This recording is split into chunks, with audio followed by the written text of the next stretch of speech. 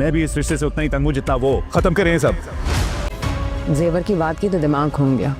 लोग क्या कहेंगे, फिर आगे बेटियां ब्याहनी है तो इसके पीछे भी यकीनन जमशेद का कुछ किया धरा होगा। औरत का कोई घर नहीं होता तब तक वाकई नहीं होता जब तक खुद खरीद कर ना बना लेती। अरे अम्मी बस कर दे, लोग क्या कहेंगे। बेटियां ब्याहने वाली इन्हीं की वजह से रिश्ता इनकार करते हैं।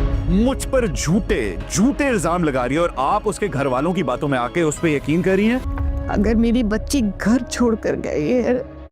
ज़ेबा का सारा ज़ेवर शामिल ने बेचते हैं। जब उसे सवाल करती है तो वो उस पर काफ़ी ज़्यादा गुस्सा करता है, हाथ भी उठाता है और जान से मारने की धमकी भी देता है। ये सब कुछ देखते हुए ज़ेबा फैसला करती है वो इस घर में नहीं रहेगी। वो घर छोड़ के बच्चों को लेकर किराए के घर में शिफ्ट हो जाती है। अब रामी की जो बहन है, जब ज़ेबा की माँ को कॉल करती है, उसे कहती है कि ज़ेबा उस घर को छोड़ कर चली गई है, तो उसकी माँ यही कहती है कि इसमें भी यकीनन जामी का कोई ना कोई कसूर होगा। फिर दूसरी तरफ जामी की बहन जामी से बात करती है तो उसे यही कहता है कि वो झूठ बोल रही है। उसने मुझ पर इल्ज़ाम लगाया कि मैंने चोरी करी है, मैं इस रिश्ते को कायम करना नहीं चाहता। दूसरी जानिब ज़ेबा की माँ और भाई जब उसके घर जाते हैं और उसके पास दोबारा उसे यही कहती है तुम सोच समझ के फैसला करो कि तुम्हारी बेटियाँ बड़ी हैं, किस तरह से बाप के बगैर शादियाँ होंगी। तो ज़ेबा तंग आकर उनसे कह ही देती है कि अब हमेशा मुझसे यही कहती हैं, क्योंकि मेरी बेटी की शादी सिर्फ इसी वजह से नहीं हो रही कि जामी उनका बाप है। ये बात सुन के उनकी माँ खामोश हो जाती है। अब ज़ेबा भी सोचने में मजबूर हो गई है कि उसने ज़िंदगी कैसे गुजारी है।